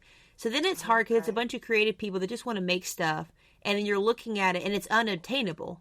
So the things these people are quote unquote making isn't what someone actually made. So that's the whole point of it. It's like it's just all wrong and terrible. But then, like my Instagram, you know, it'll be like, hey, we just bought this school bus and we're restoring it into blah, blah, blah. Hey, we just bought this old schoolhouse or this, like, castle and we're remaking. And even that, it's very cool because they are physically doing it. But it's also, like, even that level, I get frustrated with, in my own head, like, because I know a little bit about editing and I know a little bit about camera work and I know a little bit about all these things. And I'm like, the amount of producing you had to do for this creative project is so insanely above what a regular person could do. And that's fine. That's great for you. But, like, you need to hire a team of people to be able to create this content. And I know that because I have some art experience and background. But it just seems like even those things, they're so well curated. It's like a film crew made it. And it's and again, it's fine. It does look good. I understand it looks good, but it's also like, it needs to say a film crew. Does that make sense? Like, I'd almost rather watch a film. Well, I'd rather watch a movie, because that's, and it's like, we're DIY and we're blah, blah, blah. And I'm like, you also apparently have a broadcasting degree and a filmography degree. Because, like, literally the things that they're doing, it's like, oh, well, we did this all by ourselves. And maybe that's true, but it just doesn't, so much of what we're seeing right now, again, from an art background, is so highly professionally curated that if you try to dip your toe in anything, you're going to feel like a failure, but you're not necessarily. Like, you might just not be a literal professional filmographer. I mean, you know, cinematographer. Right, But do you know what I'm saying? Like, that's... No, I do. And again, I know what I'm talking about on a tiny level. No, I'm entering the, like, doula space, and it's like, I purchased content from Etsy to be edited on Canva to make it what I want, because it's like, for it to look professional.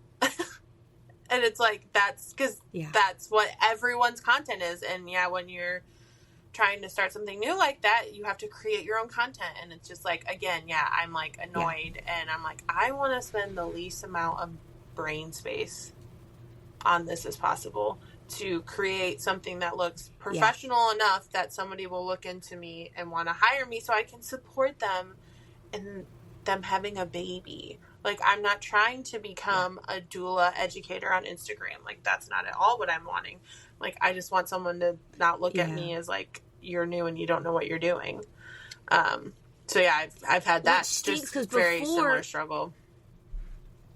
Yeah. Well, think about it before. Before, all you had to have was, all you had is relative term, a website. And that was still tricky. Like, I mean, I had a web design class in school, and my web designs I made were all complete trash. When you look at now, like, oof. But now everything is auto-generated. You know, if you go back far enough, you had some real artists that made these designs. But now everything's like AI, and everything's just like, bloop, like, here is a very beautiful template. Here's a very beautiful... And I'm not saying that's wrong to use. I'm just saying now the baseline is, like, you need to be... an influencer level, blah, blah, blah, with the ring light and with the blah, blah. And I say that as someone with a ring light. Sure. Right, but just to have the sign up at the pool or whatever, everything has to come off of Canva and look cute and poppy and have all the stuff instead of it just being, a piece of paper. You have to start at baseline of, and again, it's hard because, and as an artist, I'm okay with things looking beautiful. I'm like, cool. Of course. That's totally fine. It's just... when you work for it. But when it's mixed in with this... Exactly. And when it's mixed in with this, like, concept of, you're selling me that you're in the middle of nowhere in the woods and you're a married couple and you have a dog and you bought an island. This is a real one. And you're building everything from the ground up. That is truly awesome. But also, like, they've been given so much money and resources and multiple very expensive cameras and lighting equipment. I would guess they also have hired an editor to take in the multiple hours and hours worth of enormous files of whatever. Again, does anyone care about this? Is this like cool content? No, but that's not real. Like, does that make sense? It is real. It's really happening, and they're doing a great job. And it's not even to discount them. It's just. So you have these tiny exactly. brains, and they if you're a tiny. Yeah. They don't know. So, yeah, when you asked me as, like, a parent, so even reading, listening to The Anxious Generation was, like, very, like, no, they can get a phone when they have a job. And now that changed even more where it's, like, because in my mind before it was, like, oh, yeah, well, they'll get a smartphone when they get a job. And it's, like, no. They can have a flip phone. There's zero reason that they, need to be on social media like pre-16 is kind of my thought processes. And even then I feel sad about it just because it's like, you know, my daughter's only 7 now, but it's like insecurity has not been introduced into her world. Self-consciousness has not been introduced to her world yet. And I want to delay that for as long as possible so that she has just the strongest foundation because she's awesome. All the tools possible. Yeah. Yeah, just the strongest, deepest foundation of concrete so that when these thoughts of insecurity and self-consciousness like those darts do get shot at her, they're going to have to penetrate a 9-foot concrete wall first because of the life she's lived where she's learned she's capable and strong and intelligent and a good friend and like all those things that just happen in life. You know, and I'm not anti-interaction or like we homeschool, but it's like, no, like they need conflict. They need to figure out how to communicate with other kids and not be a crazy weirdo. Yeah. They need to figure out when they said something and it didn't land well. They need to figure out how to sit in a classroom and raise their hand. And we're doing all those things. But we also get to do it in this nice little safe bubble that we've created, of which I'm so grateful. But, you know, like I'm not like shelter them from the entire world so that they never. It's just like, no, I just want to build them up as much as possible before. Yeah, I want her to work at Food Lion or Chick-fil-A or whatever. And I want her to learn, but it's, you know, So, and obviously the same goes for all my children. But like, we very much are like, don't have a huge pull to introduce smartphones or social media. No rush whatsoever. Yeah. No, it totally makes sense. One in the book, The Anxious Generation, it talks about how, like, you know, obviously we don't want our children to be, like, abducted or anything scary like that, of course. But then it's also, like, the idea of, well, we can't let them go and do anything. We're going to keep them inside, but then hand them this key to the universe, which is, like, a smartphone. So the idea of that was so dark, but also really helpful to understand that, like, yes, they might be physically in your home, but if your kid's 12 and they have a smartphone that can get on just the internet in general, no, you have, like, access. Like, you would never bring that child into, like, a brothel or into, like, the seediest part of town, just let them go live their life. Obviously, you wouldn't do that physically, but online, there's almost worse stuff that's out there and things out there designed to hold your attention and designed to like actually literally like satanically lure you in. Like it's like so dark and scary and weird. And again, I know how to get on my phone and be like, what? Ew, no. And you kind of click off of that. But it when you're still learning and you're still whatever else, like don't even let that enter the chat, so to speak, you know? And so that's how I think I would approach it as well. Obviously, not being a parent, I'm not going to be like, I would do this and I would blah, blah, blah, and raise my kids. But I also think, like, I want to have those ideas in my head of what I think I would do, and, you know, as I learn and grow and stuff. But, and after reading that, I was extra, like, I don't know if any of my siblings have read it, but I'm just like, I want them, like, please read this book. You know, like, I want you to, it was a big game changer. I don't know, consider this kind of stuff, which I don't think any of them were close to that. Yeah, but it solidified how I felt about certain things. And again, yeah, it gave me a sense of gratitude for the time we did grow up in and basically achieve that level. I mean, yeah, I've got a core group of friends from co-op. We all came in at the same time. We all have daughters who they were in kindergarten. Now they're all in the 2nd grade. And there's about 6 of them. And it's such an awesome little group. And yeah, we all already like landlines, right? Like we're legit on that. We're like, oh yeah, no, for sure. Yay. Like when they want to start chitty chatting, like for real landlines. My one friend, she's like, I seriously got the girls a boombox, and as soon as I can figure out how to burn CDs, she's like, let's all get boomboxes, and like we'll just make our kids mixes for them, and they can share in that. And I'm like, I love that for them. And I see my kids are craving their own music. They're requesting stuff in the car all the time, so I want them to have that outlet.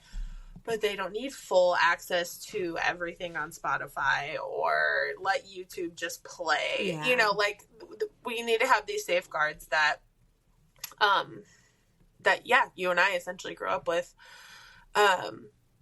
So I think there is, and we're not. It protects like, them, but it doesn't shelter them too much. I don't think. Totally, exactly, yeah. Yeah. So and like, I mean, I play my kids Justin Timberlake and NSYNC.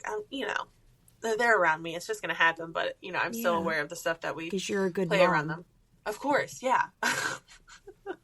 They need to live their lives still and have some joy. Well, that's the other thing too. Like again, I don't know. And sorry, go ahead. No, go ahead. Well, one of the things that I was pleased with, you know, because we all have our pet doctrine and our pet thing that we think in our head, and then when someone like confirms that, especially in a smart scientific way, you're like, I knew all along. And one of those for me in the ancient generation was that he basically did not like demonize TV in general, which obviously it made me feel particularly good because I love TV and I grew up on TV. But the point that he was trying to make, I think, and again, I went, you know, everything went kind of blank and dark once I felt like my point was being made. You were right, but, yeah, exactly. It just felt really good for once, you know? No, but he talked about how, like, at least with TV, obviously too much TV, that's not good, but, like, at least that's, like, story-driven, like, it's storytelling, and you're going through, and you're sitting through a 2-hour movie or an hour and a half or a full whatever long thing. And then like at least back in the day, like me and my family would like me and mom, again, we love our, you know, ER or whatever, but like we would talk about what's going on, and it was all about human connection and like, oh, this is so stressful, she shouldn't be with him. Well, why shouldn't you be with him? Well, obviously he's a tool, you know, or whatever I would have said at that time, probably a bit differently, but like it still like allowed you to try to connect and understand people and storytelling. It's not as good for your brain as reading. Reading is better, absolutely. But like it still supported the idea of like human connection and storytelling. Whereas like with a phone or social media and TikTok and those kind of things, it's literally designed to hold your attention without substance. Like that's what it is. And all it's meant to be. Do you know, so it's like, it is a different thing than that. So that also made me feel better of like, oh, well, you know, if letting our kids listen to like, exactly. It acts like this is real life. Whereas like movies, TV shows, like, okay, well, this isn't exactly reality, but storytelling, just like in books, do have through lines. Like that's why Shakespeare is so popular, because it's about the human condition. It keeps being relevant. Obviously, like the Bible's a really good example of that, where it's like, well, yeah, being a person's been the same all this time, and we might know I might not be in the same culture that you're in, but I can understand feeling left out or envious or whatever, you know, like all of that seems to be like you know, pretty true to life. And again, you're gonna see that within some television, some movies, some things like that. Should you spend all your time doing that? No. But it's a different thing than a quick video that's meant to be like loud and attention grabbing or scary or whatever. Like it's just a different thing. So yeah, I don't know. It's a scary world out there. Yeah, man. moving forward, Yeah, moving forward, I don't know. I think I want to not be on stuff as much, but I've been saying that for a while. Again, I don't want to sound like a poser. If y'all are like, she posted her story 5 times today, is she okay? The answer is probably not. Reach out for sure. Right. She's probably trying to distract herself from something. Yeah.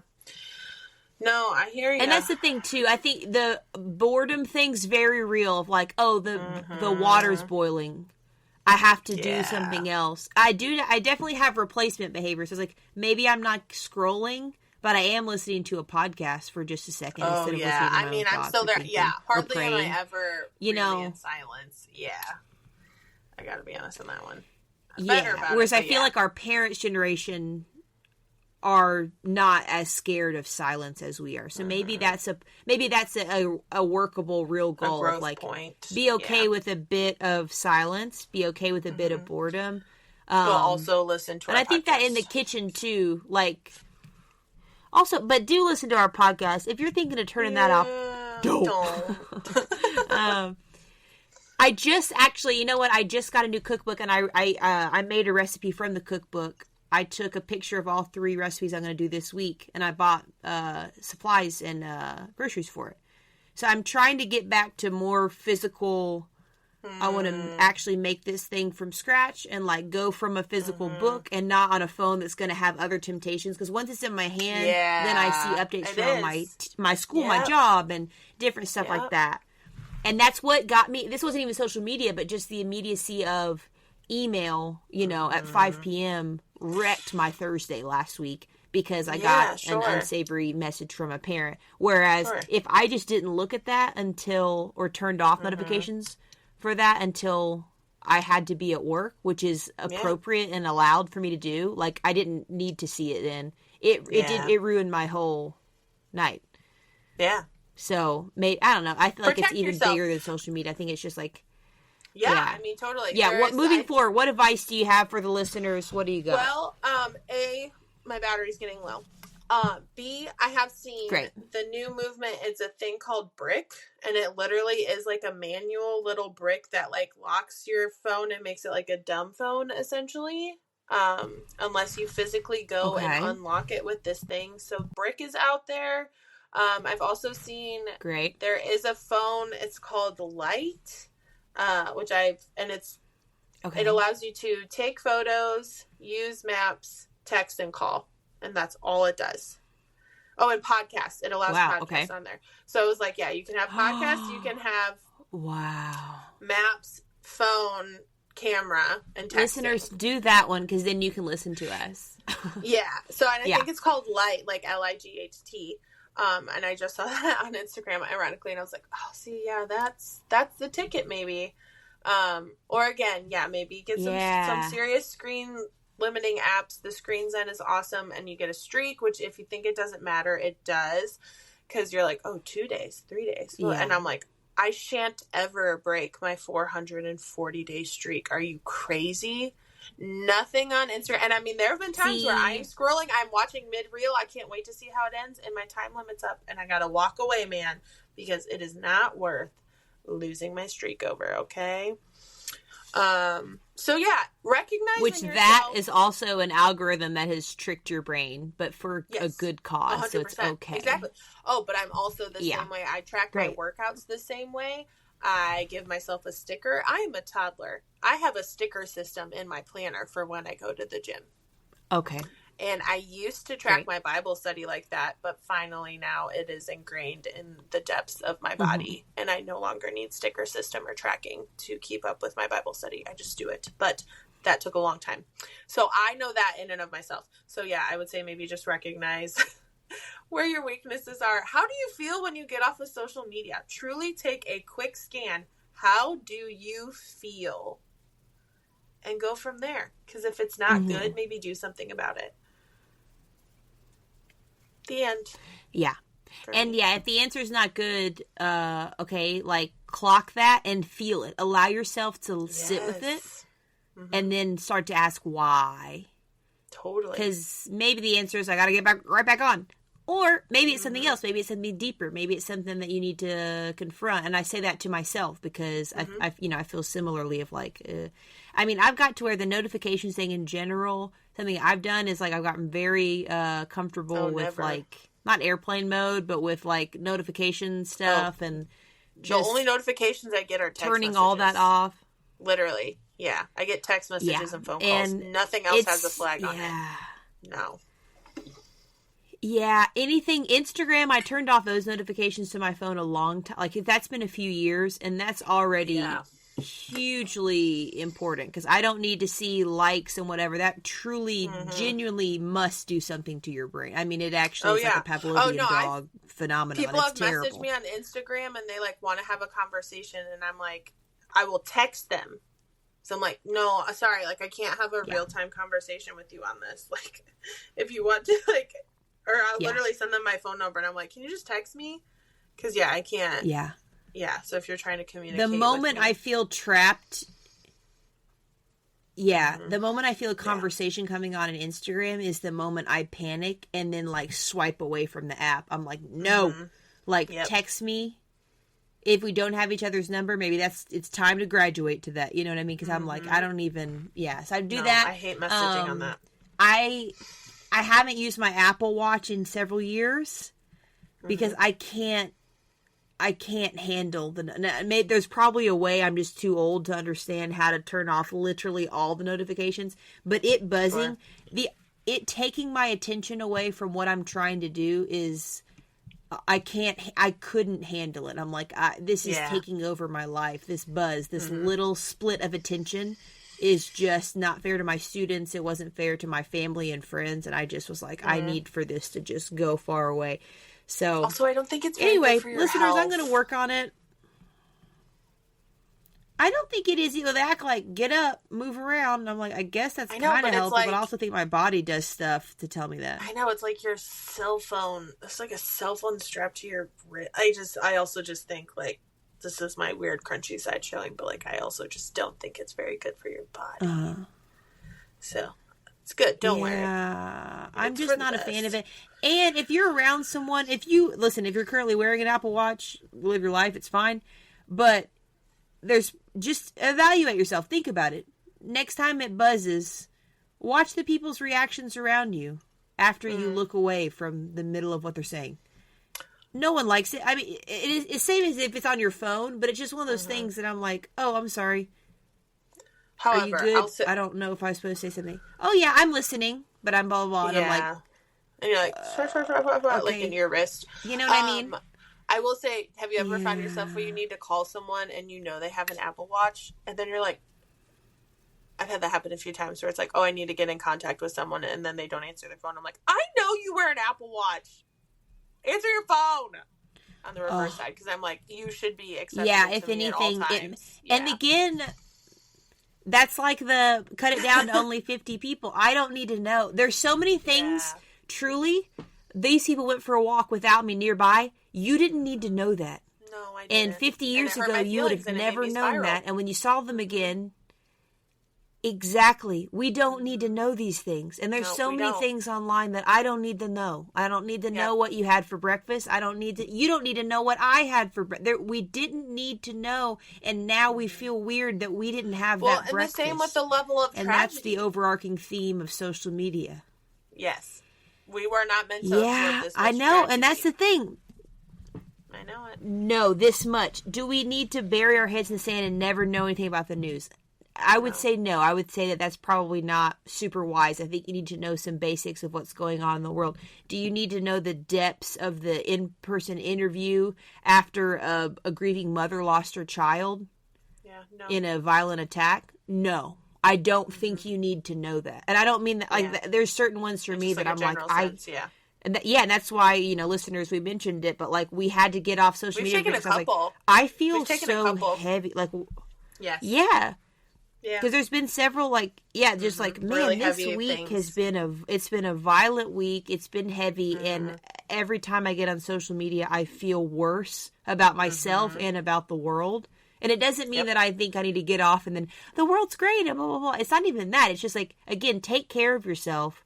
And if you feel a heavy weight when you use an aspect of your phone. That's walk away. Not it's a rectangle. Healthy. And so that's kind of where I'm at.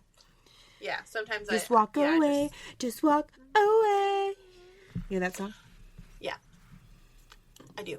I don't know who sings that. Yeah, I try to keep myself grounded. I'm like, you stupid rectangle. That's what this is.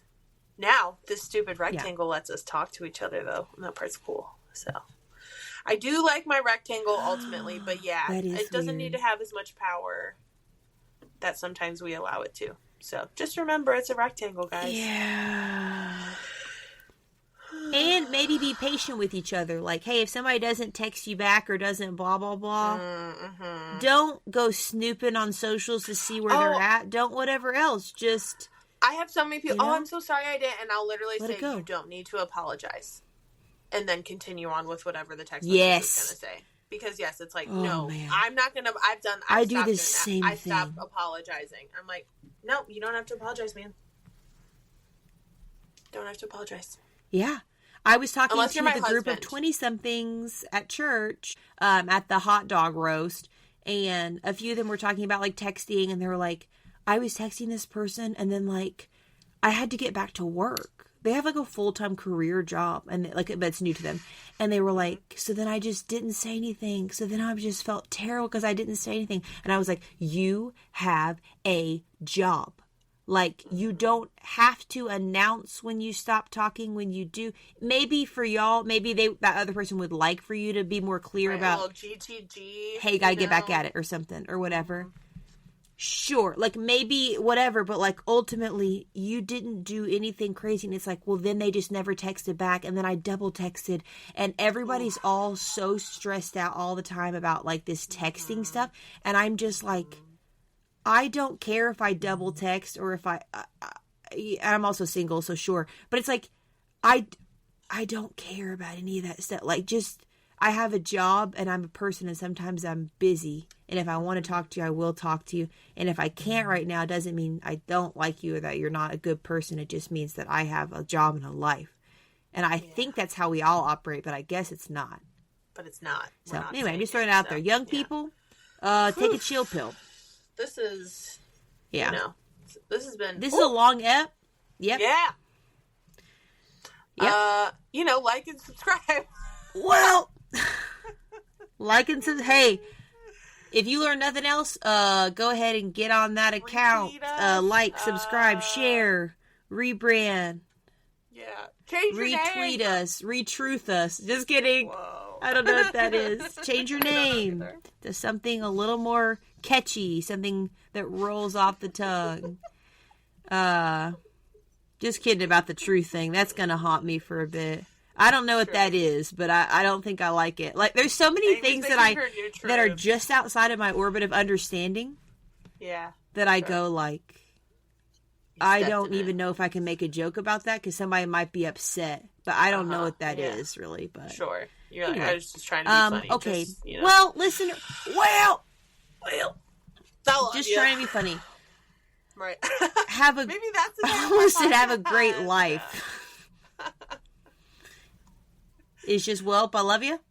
No, just trying to be funny. I do not hate that. Name. Yeah, sure. We're just trying to keep it. Or just trying to keep it light. As I'm like, anyway, depression. And you're like, ugh. Okay. Bye, listeners. Bye. Bye.